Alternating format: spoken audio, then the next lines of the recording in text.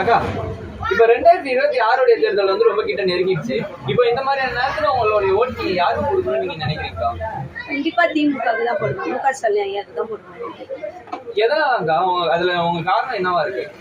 ஏன்னா பெண்களுக்கு நிறைய பயனடைஞ்சிருக்காங்க, குழந்தைங்களுக்கு பயனடைஞ்சிருக்காங்க. ஏன்னா அதில் வந்து நான் ரொம்ப பயனடைஞ்சிருக்கேன். பஸ்ஸில் பேருந்தில் நான் பயணம் பண்ணியிருக்கேன். என் குழந்தைக்கு காலையில் நான் சமைக்க மாட்டேன், அதனால் என் குழந்தைக்கு சீக்கிரம் அனுப்புறதுனால காலை உணவு கேட்கறதுனால என் குழந்தை அதில் பயனடைஞ்சிருக்காங்க. அதெல்லாம் அக்கா அப்படி பார்த்தோம்னா வந்துட்டு இத்தனை வருஷம் ஆண்டு காலங்கள பிஜேபி கூட நிறைய ஆட்சி பண்ணியிருக்கு, எவ்வளவு வருஷங்கள் ஆட்சி பண்ணியிருக்கு. அது மட்டும் இல்லாம ஏடிஎம்கே கூட ஒரு 4 வருஷம் ஆட்சி பண்ணியிருக்காங்க. அது மட்டும் இல்லாம இப்போ டிவிகே அப்படின்னு சொல்லி புதுசா ஒரு கட்சி எல்லாம் தொடங்கிட்டு இருக்காங்க. இந்த மாதிரியான கட்சிகளுக்கு மத்தியில இவ்வளவோ பண்ற கட்சி மத்தியில டிஎம்கே இவ்வளவு பண்றாங்க அப்படிங்கறத நீங்க குறிப்பிட்டு சொல்றீங்களே, எதனாலக்கா? எதனாலனா இது வரைக்கும் யாரும் பெண்களுக்காக அறிவிச்சது கிடையாது. மாசம் 1000 ரூபாய் உரிமை தொகை அனுப்பியிருக்காரு. அதனால நானும் அதுல ரொம்ப பயனடைஞ்சிருக்கிறேன். இது வரைக்கும் யாரும் அந்த மாதிரி அறிவிச்சது இல்லை.